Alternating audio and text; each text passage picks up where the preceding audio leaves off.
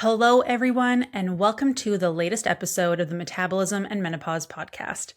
My name is Stephanie, and I am your host and CEO of VitalityOET.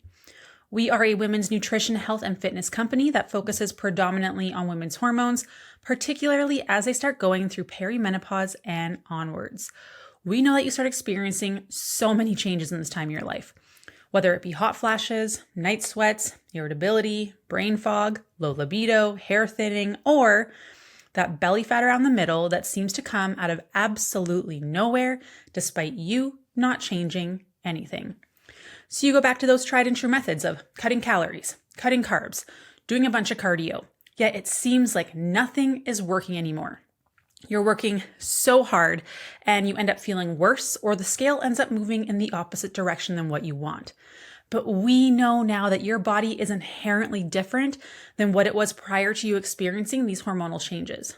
So our mission here at Vitality is to really help you understand what happens to your body in this time of your life, so you can reach those health and fitness goals, feel in control and at home in your body again, live a life full of vitality, and really understand how to take care of this new body of yours. So today, I want to cover reverse dieting do's and don'ts for menopause fat loss success. A lot of people that I've talked to realize that they probably need to start eating more food, but how do you do this properly to avoid weight gain, right? Because everyone gets so scared that you're going to start eating more food and you're going to see weight gain. So I want to go over all the do's and don'ts, but I want to go over a bit what reverse dieting is, how to go about it, and then we'll go into the do's and don'ts after. And talk about your metabolism a little bit as well, and how this really improves your hormone balance and your metabolism and the ability to lose weight. So this is kind of like a 3-part series. Today I'm going to go over reverse dieting do's and don'ts. The next day we're going to go over expectations and scale fluctuations and how to manage that. And then we're going to go into some more nitty-gritties of understanding your metabolism, what type of metabolism you have, so you can understand how to really go through this process properly. So it's almost like a 3-part series, because if I do this all in one shot, it's going to be like a 4-hour thing. And as much as I've been told people enjoy listening to my podcast, that's a lot of time listening to me talk. So I wanted to break it up for you guys. But before we jump in, it's March. It's my birthday. My birthday's on March 5th. So if you're listening to this on March 5th, it's my birthday, but it's also the birthday month of Vitality. Amazing that it just happened to work out that way. But I love doing something fun for my birthday, and I always like to do a giveaway. So one person is going to win a free 3 months of coaching with us on me just because it's my birthday. And then we have a selected number of limited price packages, if you want to call it. And those include $500 off coaching, plus a $50 gift card to your choice of Amazon, Lululemon, or Starbucks. And then also you'll be entered to win 1 of 2 free Dutch hormone tests as well. So if you want to apply, it is completely free. Just tell us why you're deserving, why you want it. The application for that is in the show notes. It'll also be all over my social media. The applications are only open for a certain period of time, so make sure you do not waste time.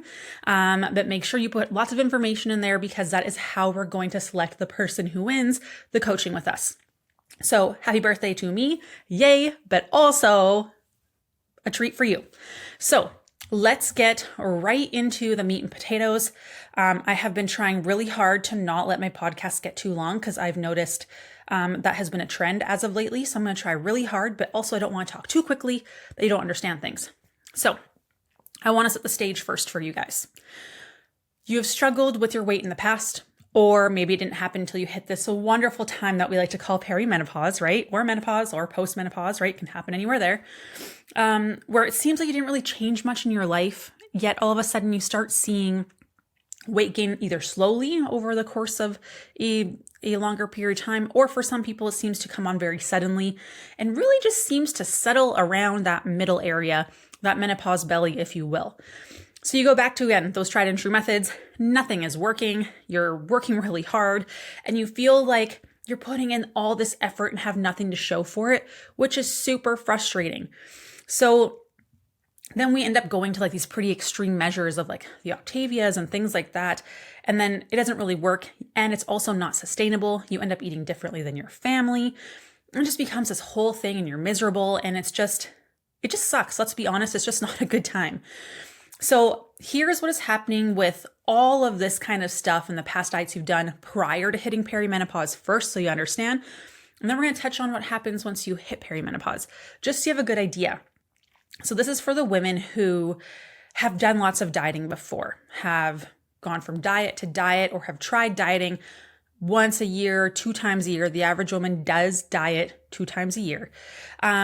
So this is pre-hormonal changes, okay? And what happens is we have this process called metabolic adaptation. I'm going to touch about this in 3 podcasts in the future, but I want to give you a little bit of basis here so you really understand what the heck is going on with your body. So it gives you a little bit of peace of mind that, oh, I'm not broken. I may have made some mistakes, but nobody told me. I did the best with the information that I had at the time, so don't be too hard on yourself. But basically what happens is every time you diet, your body is going to adapt to that stimulus, okay? Our body, oh my gosh, I almost spit. That was really gross. I am so sorry if you have to witness that on YouTube. I feel like a mess today. I'm not going to lie to you guys. So bear with me. So let's say that your maintenance calories before you start dieting ever is 2,000 to 2,200 calories. To lose weight, you have to have a calorie deficit, right? You have to be technically, yes, you do have to be in a deficit of, you have to burn more calories than you're consuming. So most women will increase their cardio or exercise, and then they're going to decrease their food intake. So you go from 2,000 calories to 2,200 calories is your maintenance. Now you start eating at 1,800 calories. Your body adapts to that. Your body loses weight at first because it takes time for your metabolism to adjust, but eventually your body's maintenance comes down and down and down. And now that 1,800 calories is your maintenance. You're like, dang it, I'm stuck. So then you drop your calories again and your metabolism goes down and down and down. And eventually you stop seeing results because that's your maintenance. And what happens is every time you diet, you typically diet harder, or you've been in low calorie for such a long time. Let's say you went from 2,000 to 1,200. You're there for months, right? And eventually metabolism slows down and slows down and slows down, and that becomes your maintenance. Then we get to this point where we can't drop anymore because our body's just not going to function well anymore, let's be honest. So we need to bring that metabolism back up so that you can go into a deficit. But nobody talks about how to do this, and this is through the reverse dieting process. However, I want to talk about what happens first to your body when we do those diets, when we're in a low calorie state for a long time. What actually happens? And of course, I'm going to talk about cortisol, that stress response, because it is the thing that if you can understand this, it's going to make everything else so much easier.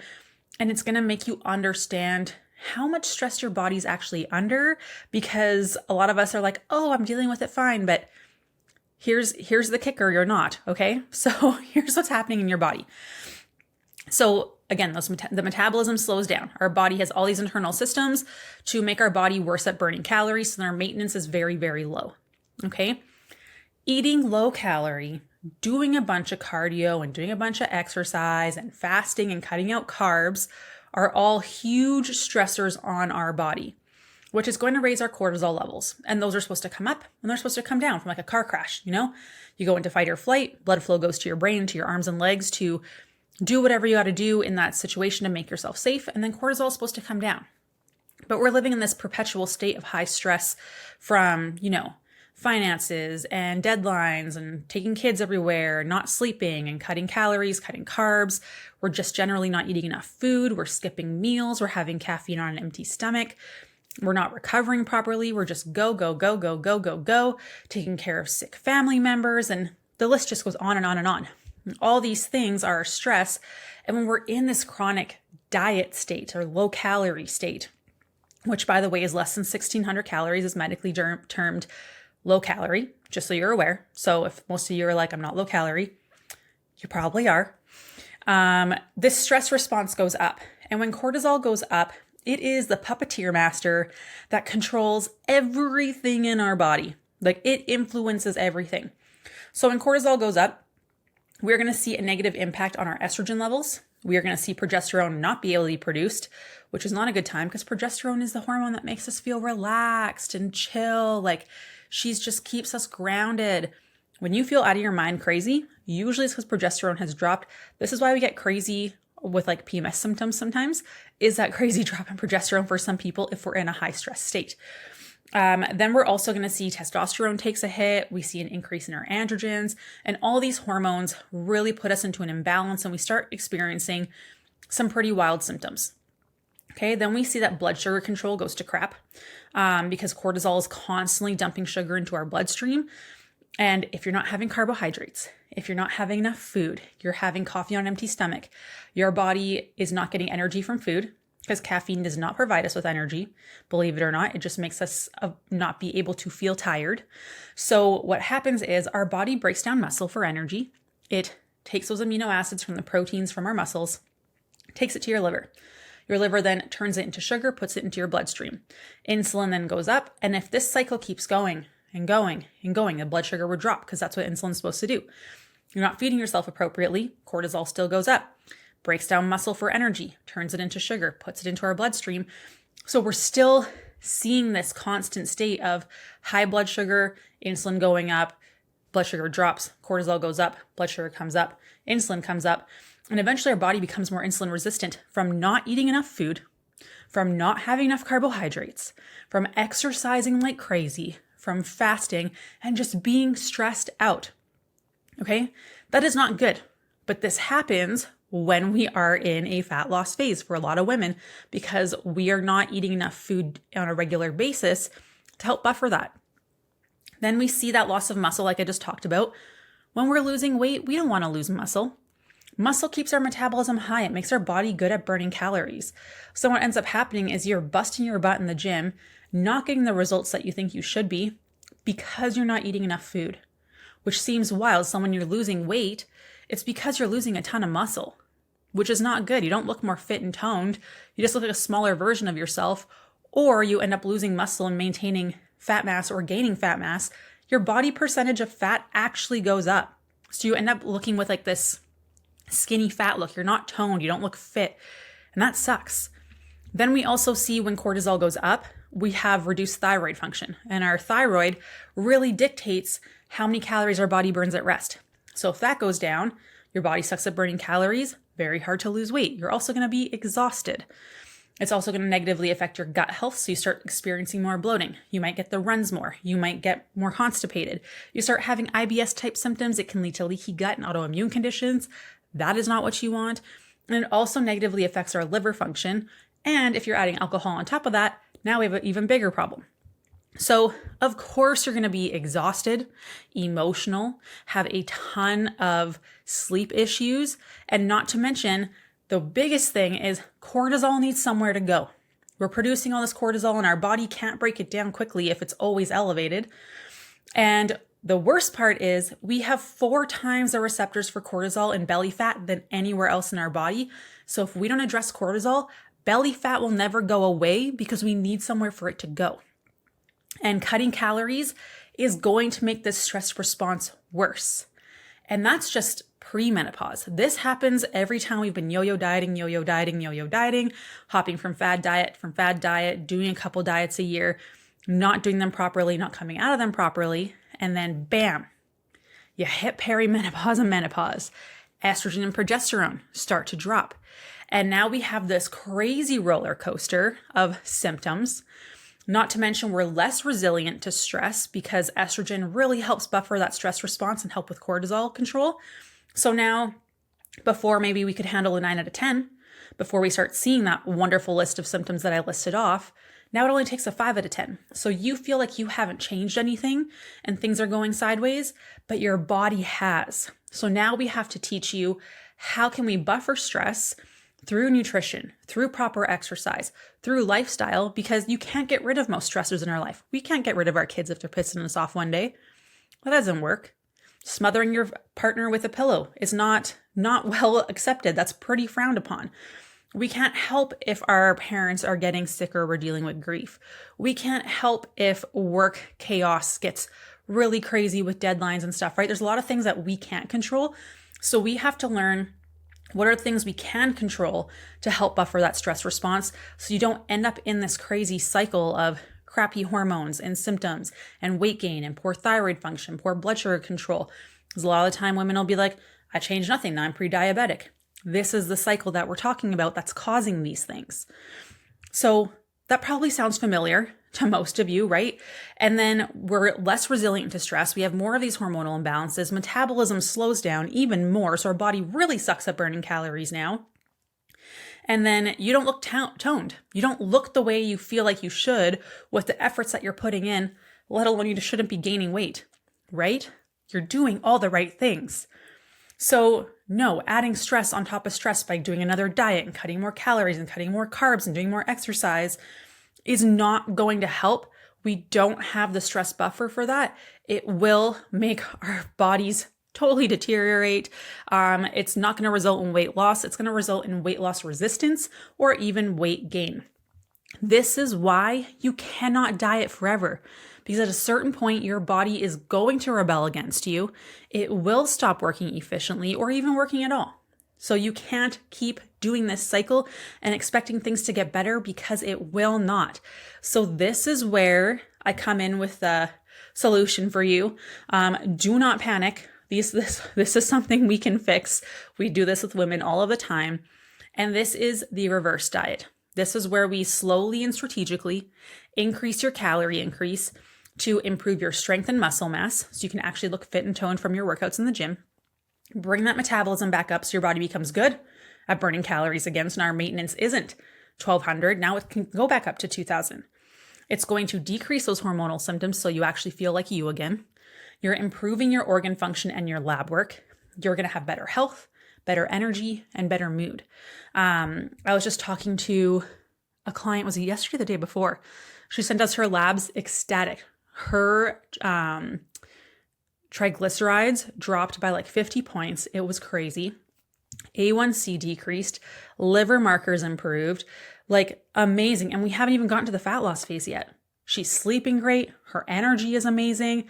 That's fantastic. Her health has improved, and you can't tell me that a healthy person isn't going to feel better, isn't going to look better, isn't going to be able to handle stress better, right? If you look at someone whose lab work isn't that great, and maybe their weight isn't super awesome, and they have a lot of stress, their body doesn't adapt super well. Whereas if you look at someone who's healthier, you're going to see better changes. That's good. That's what we want. This is important. We need to fix your body first so you can go into a fat loss phase. Okay. So this is where eating more food sounds freaking terrifying, right? Because everything that you've ever heard says, if you eat more, you're going to gain weight, right? So I want you to think of your metabolism as a fire. Okay. We need adequate fuel to the fire to keep the fire going. Okay. If you are never providing yourself with calories, you're never adding wood to that fire is going to get smaller and smaller and smaller. And it's not going to be very strong or tough or able to burn lots, right? But if we're providing it with adequate amount of fuel and enough kindling and enough wood, that fire can get pretty big, right? And then we can take away some of the fuel or not have to provide as much fuel for a fat loss phase, but the fire can actually keep burning because you provided it with enough at the beginning, right? So it's all this balance of how can we improve your metabolism, keep it high while losing weight, and making sure that we don't have these negative adaptations again that you've already experienced. So many of you are like, I don't know. I don't think that's me. I feel like I'm like doing pretty good. I think I can go into a fat loss phase. So how do you know if you need a reverse diet? Do you have 3 or more of the following? Just 3. That's all you need. And I can guarantee you most of you have more than 3. So you've been eating low calorie for more than 3 months. So we're talking 1,600 calories or less, or you've actively been dieting for more than 3 months. You're struggling to adhere to your diet. So we're talking about binges, right? Or we're just like not really staying on track. You have poor energy or fatigue. You have energy crashes in the afternoon. Poor sleep. You don't wake up feeling well rested, which is actually supposed to happen. It's not this far off weird thing that people talk about. It is possible, and you should be waking up well rested most of the time. Your gym performance is decreased, so you're not getting as strong anymore. You have an irregular period or no period, but you're not postmenopausal yet. Your hair is thinning or your hair is falling out. Your nails are thinning. You have symptoms of hormonal imbalances, so the hot flashes, the mood swings, the irritability. You have poor digestion or gut health issues, so you're not having daily bowel movements. You're bloated a lot of the time. You're cold often, so not great circulation. You find social events around food very stressful or overwhelming, and you kind of panic. You're a chronic dieter or yo-yo dieter, so do you diet more than one time a year, actually? So are you dieting more than 2 times a year? Do you feel like you're doing everything right, but nothing is working? This is the big one. This is a huge sign that you need to reverse diet. That one on its own should be enough. You're irritable and experiencing mood swings. You're always hungry or you're never hungry. You feel anxious quite often, frequently or constantly, and you have low libido. So I'm sure many of you are like, oh, dang, you just described a lot of my life right now. That's okay. We are going to fix this. I'm going to walk you through this. So how do you reverse diet? Because people are like, okay, I need to eat more. I'm just going to start eating more. That is not what I'm saying here. There is a way to do this, because otherwise we do see fluctuations on the scale. People can gain weight if you don't do this properly. So this isn't me telling you not to do it, because I do want you to do it, but you got to do it appropriately. So number 1, the most effective way to do this is by tracking calorie intake in order to increase intake slowly with targeted numbers and data. People don't love this. When I say you got to track food, people panic. But when you're tracking food to make sure you're eating enough and that you're getting enough calories in, as opposed to, oh, I can't eat anymore, that's great. That's freedom. It allows you to see that you can have things that you enjoy as long as you make it fit, right? We're aiming for mostly whole foods. I'll talk about that in a little bit. But it's very freeing. A lot of women that we talk to, they start tracking and they've always had a poor relationship with tracking, and now they're starting to track food and realizing they have so much room to eat. It's so exciting. So the first thing that you're going to want to do is download a calorie tracking app if you haven't already, to get an idea of where things are falling, okay? And just eat like you normally do. Don't start changing things. I want to know, where are you at right now? On a regular basis, there's no judgment. This is just collecting data for a baseline so that we can create a proper plan for you. That's all this is, okay? I personally love using MyFitnessPal, because if you ask me questions, I can help you with that. I'm surprisingly not a tech savvy person for having an online business, believe it or not. I'm on calls with tech support for things a lot because I have no idea what I'm doing. I'm like, can you just tell me what to do? Because this is very overwhelming. So if you use MyFitnessPal, I could help you. Other apps that people like to use are Chronometer and My Net Diary are good ones. The thing that you want to make sure is that that app will tell you how many calories you're consuming. Don't use net carbs, use total carbs, because you can actually digest and absorb calories from fiber, despite what people say. And it tells you your grams of carbs, protein, fat, and fiber. Okay, those are the things you want to look for. So you want to try practicing tracking. Doing this for a week, 2 weeks, amazing. Just so you can see, how much do things change? What are you like on the week versus the weekend? And again, there's no judgment. This is just to really give us awareness as to, how is your body responding? What is your body's stimulus that it's getting right now? We just need to know what your body's going through. That's really all that is. Zero judgment. Once you've figured that out, now we can start looking at your calorie intake. So if you have things like an autoimmune condition or hypothyroidism, for example, we're going to have to increase a lot more slowly. So if you have a hypothyroid condition, usually I'm like, increase by 50 to 75 calories a week, which is not a lot. People are like, I got to eat more. Have you tried 50 calories in almonds? That's like 6 almonds, you guys. It's not a huge, gargantuous amount of food. That's a slice of cheese. You know, it's not like, oh my gosh, I'm going to eat all this food. Can you add a piece of cheese to your sandwich? Yes, you can. Awesome. Can you add 4 almonds or 6 almonds to your snack? Yes, you can. Awesome. Like it's not a lot. That's like not even a tablespoon of peanut butter. That's like a half a tablespoon of peanut butter. That's like a tablespoon of honey. Can you put some honey in your yogurt? Easy. It doesn't have to be this crazy huge, I gotta add all these things. Just baby steps. Like, just take a step back and don't think of like the huge, big overarching thing. Just focus on one thing at a time. You have got this. Okay, otherwise, typically we say around 100 calories, but I like to start conservative at first.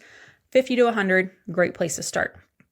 And we want to see how your body responds. So sleep, how you handle stress, energy, digestion, strength. These are big things to monitor because those things will always change first before your body composition ever will. We focus on those markers as health through the reverse dieting phase because the purpose of a reverse diet is not to lose fat initially, although some people do see that because there's a decrease in inflammation and things like that. The purpose of the reverse diet is to improve your metabolism, your hormones, and internal health so that you can go into a fat loss phase. So that you don't have to put in all this effort in dropping calories and being in the gym and then having nothing to show for it. Okay, so purpose of reverse diet is not fat loss, it is health focus. Okay, and this is not something we can rush. Just warning you about that now. During this reverse diet, you are going to have some flexibility with food, which is super exciting because before, instead of trying to eat only 1,300 calories, man, eventually we're going to get to 2,000 calories. All the fun things that you could have. Oh my goodness. However, with great freedom comes great responsibility, right? So this isn't an opportunity for you to have a donut every single day, although that would be phenomenal because who doesn't love donuts? Today, Taylor actually brought me a Earl Grey or London Fog flavored donut. Oh, so good. One of my favorite donuts, hands down. Delicious. Would I love to have one every day? Like maybe, but like we're not going to do that. We're going to make good choices here. So what we want to do is make nutritious choices 80% of the time. And then 20% is fun foods. Okay. So this can be the things that you really enjoy. Maybe it's some chips. Maybe it's a slice of cake. Maybe it's some ice cream. I don't care. You tell me what you want those 20% of foods to be. And remember, this is an opportunity to improve your mindset and around nutrition and foods. So do your research, work on establishing some good habits that you can carry with you for the next number of years. You can book a call with us, and we'll ensure that you're on a right path. We will tell you, hey, this is where we need to be. This is what I recommend. We'll calculate your calories for you, what that journey should kind of look like. If there's certain areas we think you got to work on, we do that for free because we just want to see you thrive. So book a call if you want one. So where do you start, right? So first, like I mentioned, track where your calories are falling first for at least a week if you can. See where your protein is. And then we can start slowly increasing your calories. Like I said, about 50 to 100 calories a week. And then really monitoring your sleep, stress, energy, digestion, those kinds of things to tell us, hey, are we moving in the right direction? Because again, that's always going to change first before body composition ever does. How long is your reverse diet going to be? Depends on so many different factors, like how long your last diet was, your starting calorie intake, how's your sleep, stress, energy, digestion, your hormonal imbalances and symptoms. Typically, your reverse can take about 12 weeks for some people, but in other cases, it can take almost up to a year. Some of us coaches went through a reverse and maintenance phase for a year. I did. Coach Amy did. Carrie Anna did. We all had like some pretty rough times in our lives where we had to go through this. And we know that you're ready for a fat loss phase. And I'll go over some more of the info on that at the end, but your hormones should be within optimal ranges. You're not like hyper focused on food all the time. Like I can't have this, I can't have that. Like we don't want that for you. You should be able to enjoy food with your family and not feel like you're having to eat super differently than everyone else. You don't feel out of control around food. You can have some and then be done. You feel satisfied after eating and you feel confident in your ability to make good food choices where it doesn't feel overwhelming. Because if you are struggling with those things and then go into a fat loss phase, you are going to crash and burn and it's not going to go well. And I promise you that. So now I want to address the big expectations and the do's and don'ts of reverse dieting because a lot of people do try to do this on their own. Some are wildly successful. Others do not. So like, I really want you to pay attention to this. You might have to re-listen, write in your notes or write it down on a piece of paper, the do's and don'ts to remind yourself. Because if we are not following these things, you can have like weight gain, which we don't want, right? So first and foremost, even with clients that come into our coaching program, we always address expectations in a reverse diet or our phase 1 of coaching first. And then discuss some of the reasons why the scale might be fluctuating as well, so that you can start being your own detective and really understand, why is this happening to my body, instead of totally panicking and not putting so much emotional weight into this process or the scale during this time, because that's just an extra stress, right? So just like everybody's body is going to react to different diets, right? Like so-and-so might have done well on keto, so-and-so might have given herself hypothyroidism on keto, right? So your body is going to react differently than someone else's in a reverse diet, because your body is a compilation of everything that you've experienced up until this point, and no one's journey has been identical, right? So expecting your body to respond in a certain way may leave you feeling disappointed if it doesn't react that specific way, right? And I can't emphasize this enough. Reverse dieting is for people who need to repair their internal health, their metabolism, and their hormones. And the expectations in the reverse diet, which again is that phase 1 of our coaching program, is going to look different for everyone. If you're in the program, your coach is going to discuss with you what those expectations look like based off of the assessments that we do at the beginning. We have 5+ assessments that we do with everyone when they first come in. It helps us really see, what is the biggest overarching problem? What are the biggest red flags that we need to address to ensure your success? And based on what those assessments show, it gives us a good idea of what the timeline is and what the priorities are that we're focusing on. Okay, it gives us a really in-depth understanding of where your body is currently at. And if you're doing the reverse on your own, I need you to have expectations that are a little bit more open, more flexible, and objective when starting the reverse diet. Because if you have someone hand holding you through the process, it's, we can catch things very quickly and steer you in the right direction so that we're not seeing excessive weight gain or anything like that. If you're doing it on your own, you have to be aware and give yourself a little bit more room for what expectations to expect, because you don't have someone being able to look at everything for you, right? So the first do, if you have a coach, utilize them more than you think that you need them, right? Ask all the questions all the time. We don't want you to be ruminating on something for months. Tell us as soon as you have that question or aren't sure of something, let us know. The next one is, do eat whole foods 80 to 90% of the time. Filling your day with foods like protein bars, protein powders, and shakes, and protein Pop-Tarts can be helpful to fill in the gap, but they should never be a part of your daily routine. Artificial, quote unquote, health products have a time and a place, but they should never replace your whole foods or meals. So remember, whole foods contain micronutrients and vitamins and minerals and natural fibers that really help encourage and improve your hormonal health. The vitamins are really big for that one. So sticking to 80 to 20% of whole foods and then 20% fun foods is really important, even when it comes to eating more in the reverse diet. And I had this conversation with some clients yesterday, and when you hear this, it'll be 2 weeks ago. But the thing with figuring out processed foods, right? So with those artificial health products, the protein bars and things like that, they're like, hey, well, what about yogurt? Yogurt is processed. Yes, but what I encourage you to do is look at the ingredients. When you're looking at the ingredients in yogurt, you know what most of those ingredients are. In a protein bar, I can probably identify 2 things, right? So that's going to make a big difference. How processed something is, all the additives in it, the sugars can really affect some people's gut. I know people who are going through some really intensive gut health protocols right now that are in the health space because they relied on these things for convenience too much. And it ended up being the thing that really destroyed their gut, because it is a lot of artificial type stuff. That doesn't mean you can't have it, but for example, we have some people that have diverticulitis in our program.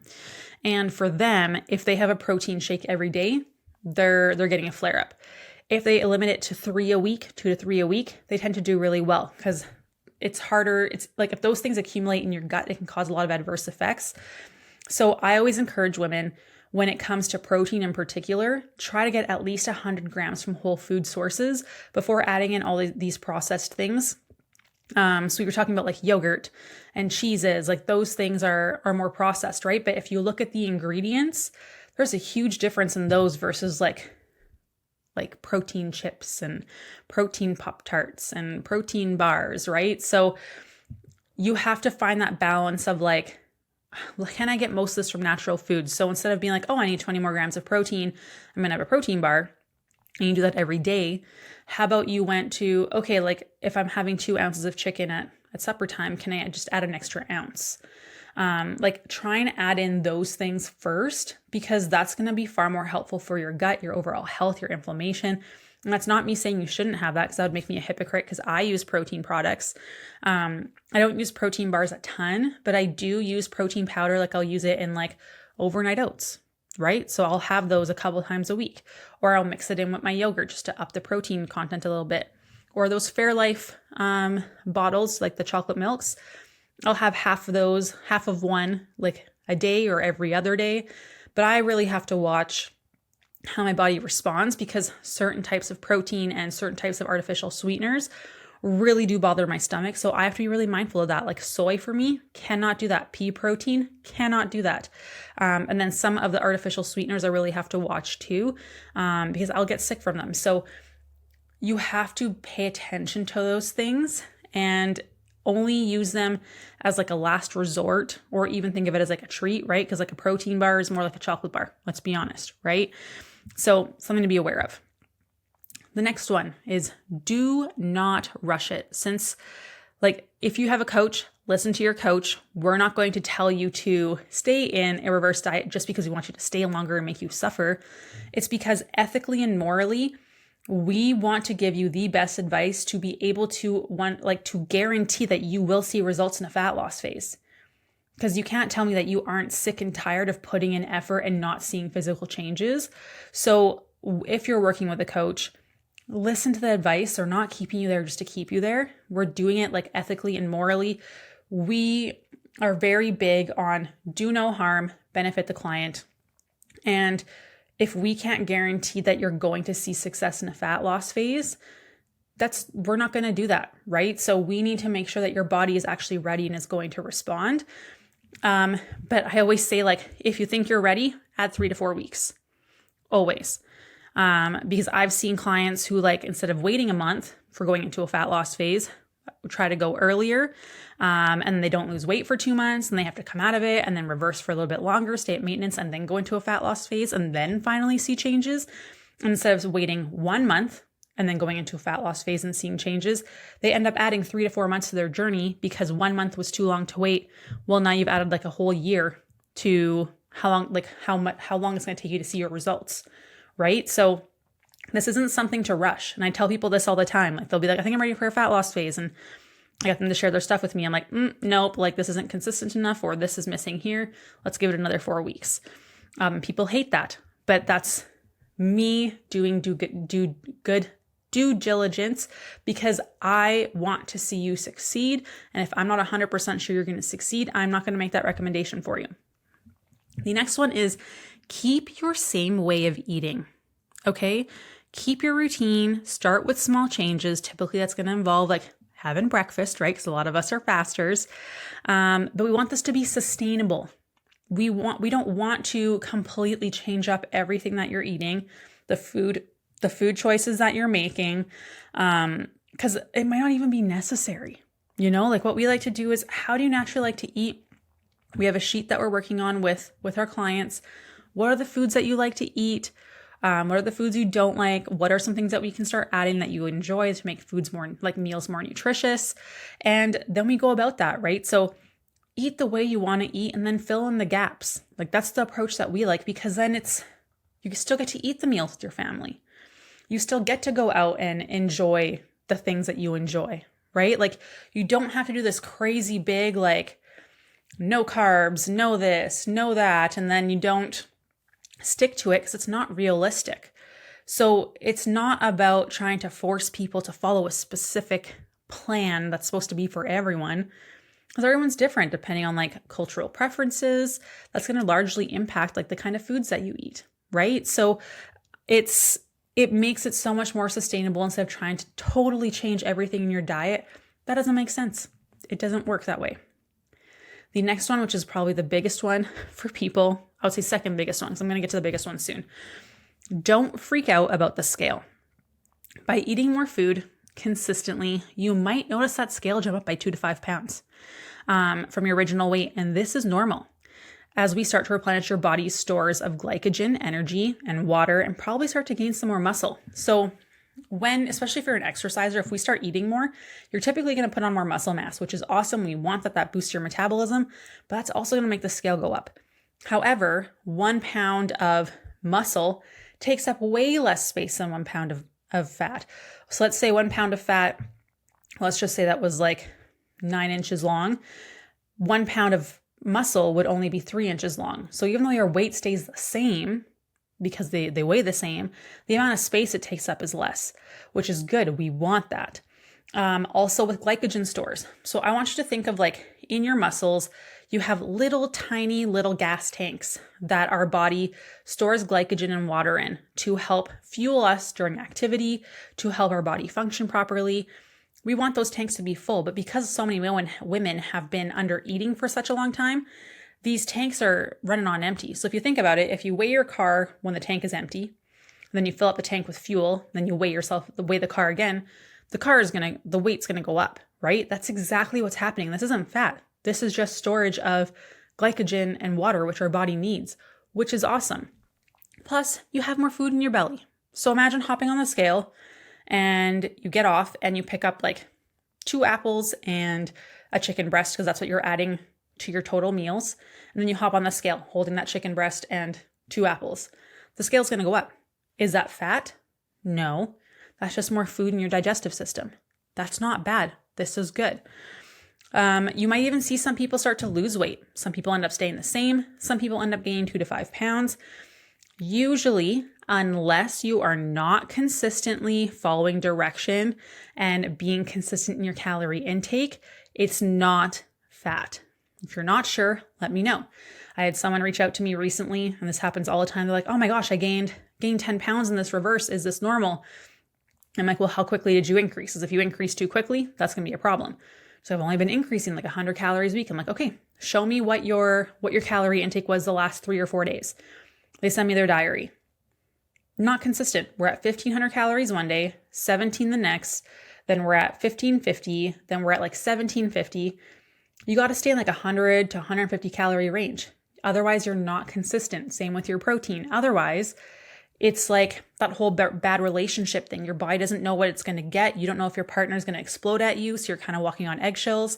So you're playing defense. The way your body plays defense is holding on to fat mass. So you need to make sure that you are consistent. And if you don't look back, you don't know if you're being consistent. You say, I think I'm doing better. I think I'm eating more food. I think I'm hitting my protein goals. I think I'm consistent. But are you? I don't want you to think you are. I want you to know you are. So go back and look and check. Something else you can expect is to feel better. You should expect to feel better in whatever way that looks for you, depending on where you're starting. So maybe that's more energy. Maybe your sleep is starting to improve. Maybe you're getting more strength in the gym. You can push through workouts. You're not having energy crashes in the afternoon. You're not having bloating anymore. Less hormonal side effects. The hot flashes and night sweats seem to be decreasing. Maybe you're feeling hungry again, which is good. That's not a time that you should panic. You should be excited when you feel hungry. So this is why we have so many comprehensive intakes for you when you start the program, because we can identify what markers need to be improved and then we can measure those again. Another thing I want to mention on consistency is like, it sucks when you look back or if you message me and tell you're not being consistent, because people feel like you're scolding them or telling them they're not trying hard enough. And that's not true. If something's not going the way we want to, and I point out you're not being consistent, that's awesome, because we know exactly what the problem is. We know that you're not being consistent enough. So now we just got a plan to make sure you're actually hitting those targets. That's not a big deal. We can make a plan. We can do that. And you're going to get to where you want to be.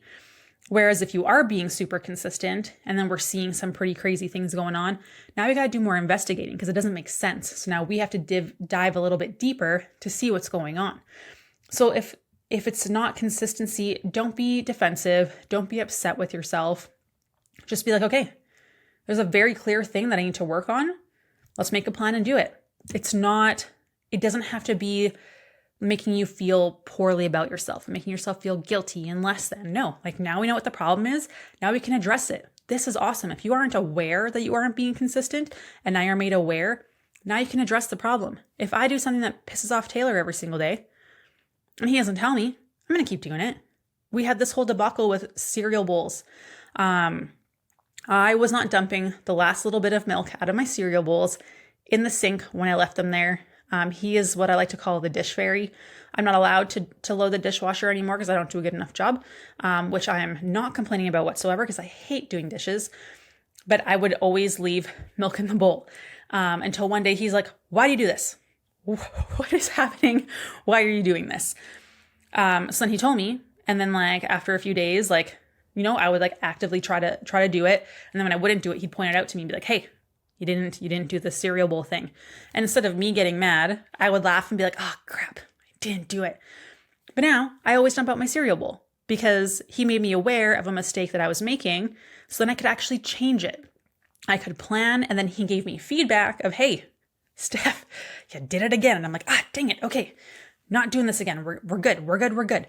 But like, if he never pointed that out to me, if he never provides me with that feedback, that is never going to change. And the outcome is never going to change. It's the exact same with your tracking and your consistency and anything else that you're doing in your journey. Okay. If no one points it out to you, don't be defensive about it. Be like, oh, dang, this is amazing. Now I know what I have to improve on and I can go do it. I just got to make a plan. Amazing. Like, thank you. That's what you want, right? The next one is do not get impatient. Again, the reverse diet is going to take longer for a lot of people. It is meant to be slow and progressive in order to allow your body to change and to heal without adding more stress. Sometimes if we jump up too high, too fast, or change things too quickly, I talk to women who go from 1200 to 1800, and that is not a good situation to be in. It can cause your body to not be happy. It can really affect digestion. It's a stress response on your body. We need to meet the body where it's at and coax it in the direction that we want. You wouldn't get mad at your toddler who's just learning to roll over and be like, run, do the running, do it now. Like, that's totally irrational, right? Yet we do that with our body all the time. It's like, oh, you're at 1200 calories? Okay, start eating at 18 and now you should feel better. No, there are steps that need to be taken. Your body needs to adjust and to learn and to heal so that you can get there, right? So do not be impatient. This takes time. Do you get totally irrationally upset when your toddler puts their shoes on the wrong feet? No, it takes time for them to learn and their body to adjust. And then it becomes second nature of, oh yeah, this is a left shoe and this is a right shoe. Right? So give yourself some time. Like, it's not going to be super quick. And at the beginning, there's going to be a lot of flip-flopping because you're going to be like, oh, I'm not sure. I don't know if I want to do this. And like, especially at the beginning, it can be challenging until you get the hang of things. But like I said, you're not going to get mad at your toddler every time you're trying to teach them or your 5-year-old when they're trying to learn how to tie their shoes, right? Like, it takes time. Your body needs time to process things and like be able to do it. Okay. So you can't expect your metabolism to go from, it took years for it to go from like the 2000 for maintenance to now be at the 1200. It's going to take some time to bring it back up. Your body's not going to respond just like that. To be quite frank, you haven't earned that yet because your body doesn't trust you. So it's going to take some time. One of my favorite ones is work on your relationship with food. The reverse diet is not only meant to give you some more flexibility with your food, it's also meant to help you start repairing your relationship with food, improve your nutritional literacy. I was talking to one of our clients the other day and she's like, I'm eating carbs again and I'm so happy. Like, I cannot believe I'm doing this and I'm not gaining weight and it feels so great. Like, having potatoes is fantastic. And that makes me so happy. Like, it's amazing. And it helps you improve your nutritional literacy. So understanding like, what does your body need and when, and if you want to treat, when's the best time to have it so it doesn't negatively impact your blood sugars. Like, it's a learning process. And while you should be feeling better and firing on more cylinders, because really when your maintenance is 1200, you're running on like 3 of the 8 cylinders our body needs. So as our body starts recruiting these cylinders and things start working again, and now we're at a 6 out of 8 and a 7 out of 8, things are going to start feeling better. And it's important to use this reverse diet as a learning opportunity to improve your food and macro knowledge, develop the skills that you can take with you for the rest of your life. Remember, unless you have a specific food allergy, there are no good or bad foods. They don't exist. There's no specific foods that are going to cause fat gain or fat loss. You need to learn to unpartner your beliefs from those things and just know how to make those logical decisions. Like, okay, I'm going to have like a day of like busy hiking or something. I should probably pack some carb snacks to keep me full and full of energy.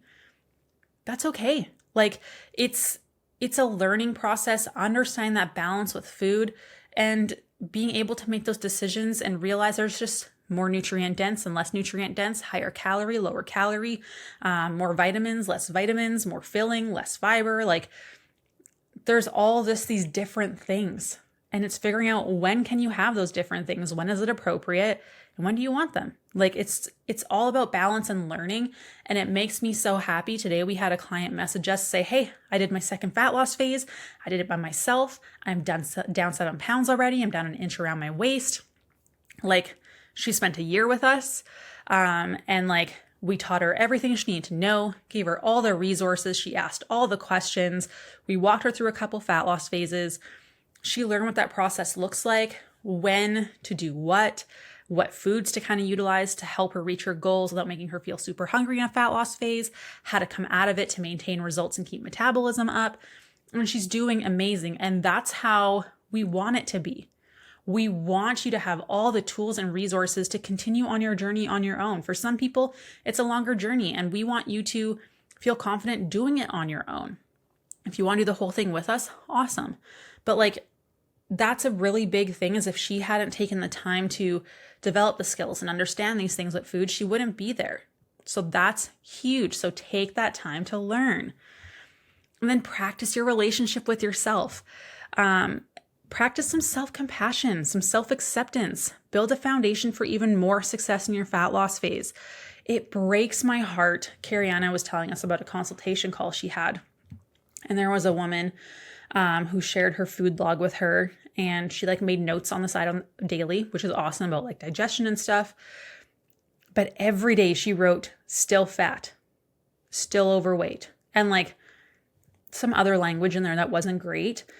And it's like, can you imagine like how that would make you feel if your daughter saw that food log, or if your daughter did that and sent that to you? That would be the most heartbreaking thing ever, right?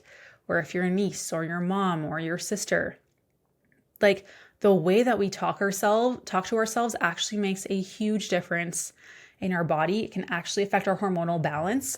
I did a podcast quite a long time ago that was how the way you think causes hormonal imbalances. And the science there is incredible. But the way you speak to yourself matters. So take this time to acknowledge what things you like about yourself. You don't have to love everything, and you don't have to love every aspect of yourself. That's not realistic, but you can still love yourself and want to change. I think the best people do. Embrace where you are now, but that's okay that you want to change, but you don't have to hate yourself in order to change. And people will see that. And the things that we say and do rub off on other people more than you think. So if you have a family and siblings and stuff like that, like just think twice and like think how you would feel if your daughter shared that stuff with you. The next one's not being unrealistic about the length of your journey, because like really, how much internal healing do you need? This is a big one. And this is why coaching can be really helpful for some people who do have a longer journey, because it can be tough to stick to it when there is a lot to unpack there, especially if you're someone who has had a lot of trauma and a lot of stress in your life. And it can be really hard and uncomfortable to like go through the process sometimes and deal with those things. And for some people whose bodies are quite damaged, or their metabolism is really downregulated, or their hormones aren't super great, it does take a lot of time. And sometimes it does require some aspect of weight gain for your body to feel safer in your body, to be able to then get to where you want to be. But what I always say is, like, is the thought of gaining 5 pounds, 7 pounds, is that so scary? And that is a big enough deterrent that you're not willing to heal yourself, even though you know after gaining that 5 to 7 pounds, you're going to lose that all. Then you're going to lose more. You're not going to feel like you do the way you do today. and you are going to reach your goals. But is that 5 to 7 pounds, that number, too scary? Or do you stay exactly as you are right now and nothing changes? You potentially see the scale go up anyways, and you continue to feel like garbage. So you have to really make that decision. Am I going to do these changes? Am I going to start eating more? Am I going to do the reverse diet? And you might not even gain that weight, right? That's just a possibility. Doesn't mean it's going to happen. You make a risk every time you get in a car that you get in a car accident. Doesn't mean it's going to happen, right? But that's a risk. So is that risk that might not even happen too big of a deterrent to fix the root cause issue and then get you to where you actually want to be? Or do you just stay the same? That's really the options. And you need to be aware of that, right? Don't try and be perfect. Like we talk about consistency and the 80-20 rule. We don't expect to be perfect all the time, but you need to go back and actually see where things are going wrong so you can plan for it. Because if you keep making the same mistakes over and over, but not adjusting anything, what's the point in what you're doing, right? So you need to actually look back and, am I actually doing 80-20%? We do this with our clients a lot, and it can be a tough conversation sometimes because we track the consistency and compliance, and people quote unquote think that they're doing the 80-20 rule. And when we look, it's like 46% consistent. So you're actually more inconsistent than you are consistent. And that can be a tough conversation. People can get defensive and a little emotional. So we always have to go with that whole caveat of, this is good. We know why you're not getting results now. Now we just got to make a plan and go for it. That's all that is. It's us giving you feedback to be successful. Okay, but you have to be able to do that for yourself as well. Temper your expectations. Are your expectations realistic for you? I know that I am probably never, ever going to have a six-pack ever again. I haven't had one since I was in like my early mid-20s. In the odd picture of lighting or something, it might look like I do, but I promise you that I do not, especially now that I'm pregnant. And I am very aware, and I've been tempering my expectations for what life is going to be like after having a baby. I am aware that it might take me time to bounce back. It's going to take me time to potentially lose the weight. I might not lose it all. I'm probably going to look different. My hips are probably going to be wider. I'm probably going to have some extra skin, right? I'm probably going to have some stretch marks. And you know what? That's okay. Even when we were working to get pregnant, I went in with the expectation, or like being realistic, that this might not happen for us. I was realistic in the fact that, my hormones weren't in a good place. I had a lot of stress in my life. I've had a lot happen, right? And after hormone testing and stuff, I knew it wasn't as good as I thought it was going to be. And I had friends that were like, oh, you'll get off birth control in the first time. And I'm like, cool, that might have happened for you. My circumstances are different. And I'm being realistic that this might take a while. I might have to try IVF and we might not even be able to do it. And that's okay. So I had already prepared myself, and it's awesome that we're here and things are good so far. And that's not to say you should always prepare for the worst, because I don't think that's healthy either. But be realistic that the person who has that perfect journey, that's not that common, but we hear those stories, right? Because that's the stuff that sells good. You either hear the trauma stories or the really, really good ones. No one hears about the mediocre in between, which is where most of us are. So I think having those realistic expectations as to what your journey will look like, I think is important. And I mean, we do that with roadmaps with our clients and stuff to really give them a best case scenario. This is where we see. If things are not as consistent, timeline's going to get longer. We really outline everything for you, so you really know what to expect, because I think that's important, because if we don't, that sucks, right? So the next one is not getting married to a trend.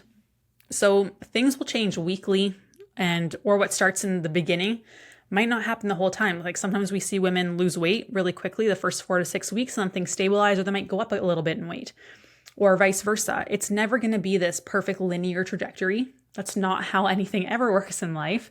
So be aware that just because things are going in a certain direction now doesn't mean they're always going to be in that direction. Okay? Just like investments, right? you see things grow and grow and grow and grow and grow. And then all of a sudden the stock market dips and boom, it's done. It goes down, right? So you have to, don't be married to a specific trend because a lot of things can change. And depending on your life too, and life events and what happens, things happen. It's never going to be this perfect journey. And to think that's really unrealistic and setting yourself up for a lot of failure and disappointment, which sucks. Make sure you celebrate the small wins. Let your brain recognize the good.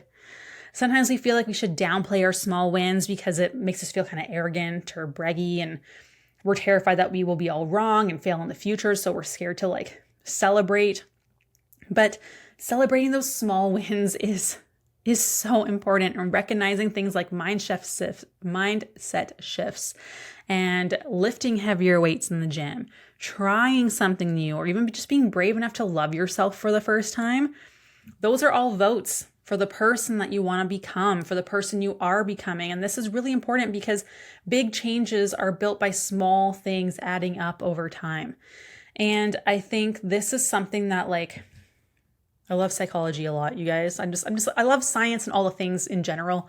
But with psychology, it's like, if you think something is bad, your body is going, or your brain is going to give you it'll give you a reel of all the proof that you need that this is not going to work, or that this bad thing will happen, or whatever that might be.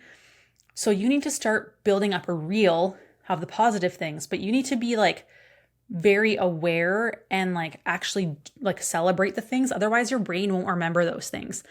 So this is where people are oh my gosh, carbs are going to make me fat, right? And then your brain's oh yeah, we had bread that one time, we gained weight overnight, or we had pasta and we gained weight overnight, when really it's just water. But you're having this reel because you remember those memories, right? So then you need to start celebrating the good stuff. My energy is up. Oh man, it's because I had carbs at lunchtime. You need a reel of these things to counter out the negative ones, because it takes more positive experiences to counteract one negative one. Whereas it takes one negative one to counteract X amount of positive ones. So you really need to focus on actively being present and celebrating those small wins. And I'm always excited for people. People will message me and be oh my gosh, Steph, I'm pooping regularly. This is amazing. I'm awesome. Pooping regularly. Let's have a party. You're going up in strength in the gym. Let's go buy some new leggings. Brag to people, celebrate the wins. Good news doesn't sell, right? Everywhere you look in the news and in the media, it's all the negative stuff. Those emotions get people riled up and writing in the comments and all that kind of stuff. What about the good things? That stuff doesn't sell as well. So you have to push it. You have to make it happen. You have to celebrate those things. We're very big on celebrating all the little things. We love it. The coaches, we share what clients say to us, and it's amazing. And it's awesome because it's really easy to have in everyday life, one bad experience or what one person says to you negatively impact you so much. In the long run, it's I wouldn't even care. I wouldn't take advice from that person. Why do I care what they think about me? The people that I care about do think highly of me. We have great relationships. We have great conversations. We have similar values and morals. That's amazing. Celebrate those things because they matter. So if you slept a little bit better, if your energy is improving, your digestion is better, you're bloating, whatever it might be, celebrate that. And then also in the same breath, don't expect to feel amazing overnight or all the time, because that's not life, right? We're never always going to feel better just because we're starting to improve our health. That's not how this works, because you might have extra stress and not sleep well one night. Maybe you accidentally had coffee later one night, you don't sleep well. Maybe, you had a really stressful day at work and whatever happens. You know what I mean? It's going to affect digestion and sleep and energy and all those things. So understand that it's not going to be perfect all of the time, but don't let that one bad day cancel out all the good ones. Look back and be oh man, I slept so crappy tonight. That was sucky. But then you look back and it's oh, but I slept better 4 days this week. I never used to sleep this well. So that's important. Those are the big do's and don'ts of the reverse dieting phase. Some little ones that I want to touch on just briefly is make sure you're not jumping up those calories super quickly. We're talking about 50 to 100 calories a week. 50 to 100 calories is not that much food. It's a tablespoon of peanut butter, honey, some almonds, a slice of cheese. Like, it's not that you're adding like crazy amounts of food in, because that's what everyone always thinks. How am I going to eat more food? Can you eat a slice of cheese today? Amazing. We're good. Like, it doesn't have to be anything wild. Remember what the purpose of the reverse diet, which is not initial fat loss, although it does happen for some people. We are focusing on health so that you can improve your metabolism and then go into a fat loss phase. When appetite increases, do not panic. That is good. That means your body is responding well. You're supposed to feel hungry, believe it or not. Pay attention to cooking oils. Those can be really sneaky, and then you don't account for them a lot when you're tracking. So pay attention. If you can get a spray, that's a lot easier as opposed to like pouring, because pouring, you're definitely going to put more in there. Pay attention to increasing your protein and fiber too quickly, because if you jump them up too fast, you're going to end up constipated, and that is not going to be a good time. You will not feel great. And then don't rely on like bars and powders and all those quote unquote health fortified foods until after 100 grams of protein have been met. Some quick little ways of how do I know I'm ready for a fat loss phase? You always add an extra 4 weeks, so you don't even think you're ready, but consistently. So every day, digestion is better, regular bowel movements, no bloating. Sleep, you feel well rested in the morning. You're having a good quality sleep. Hormonal symptoms are drastically reduced if present at all. Your energy is good throughout the day. You're not having energy crashes anymore. You're meeting nutritional guidelines. That's calories, protein, and fiber consistently within a 150 calorie range for 4 weeks. You're doing some sort of self-care to de-stress regularly, drinking enough fluids, having at least 2 servings of vegetables a day. Ideally, you want to see more, but that's the minimum. Protein, you're hitting that goal consistently within a 10 to 15 gram protein range. Activity, you're getting some sort of activity regularly, okay? Again, many of you are not ready for a fat loss phase. People ask me, how do I do a fat loss phase? Honestly, I don't want to tell you yet, because you are worried about how you're going to invest $1 million when you have $300 in your bank account. We will cross that bridge when you get there. Focus on the now. Focus on everything that I talked about. This is how you are going to improve your metabolism. This is how we are going to get your muscle mass back up, your energy, your sleep, your digestion, handling stress better, your hormonal symptoms. This is how we fix it. And we're not going to worry about the next step until we're there, because that's just going to cause overwhelm. You're going to try and rush things, and it's not going to go well. So focus on the steps in front of you. This is how you do it. On the next episode, we're going to talk more specifically about weight and tracking things and stuff like that. And then I talk about types of metabolism on the episode after that. So go through. These are the do's and the don'ts. Go slowly. Very important. And again, for perfect timing, if you're afraid to do this on your own, we are giving away 3 months of free coaching on me to someone that is well deserving. All you got to do is apply through the link in the show notes. It'll also be on social media. And we have limited runner-up prize packages, which include $500 off coaching, plus a gift card to your choice of Lululemon, Amazon, or Starbucks. And you'll also be entered to win a free Dutch test for hormone testing as well. Share this with everyone. I think it's really important to understand how this works so you can start moving in the right direction. Have a wonderful rest of your day, and I will talk to you soon. Bye.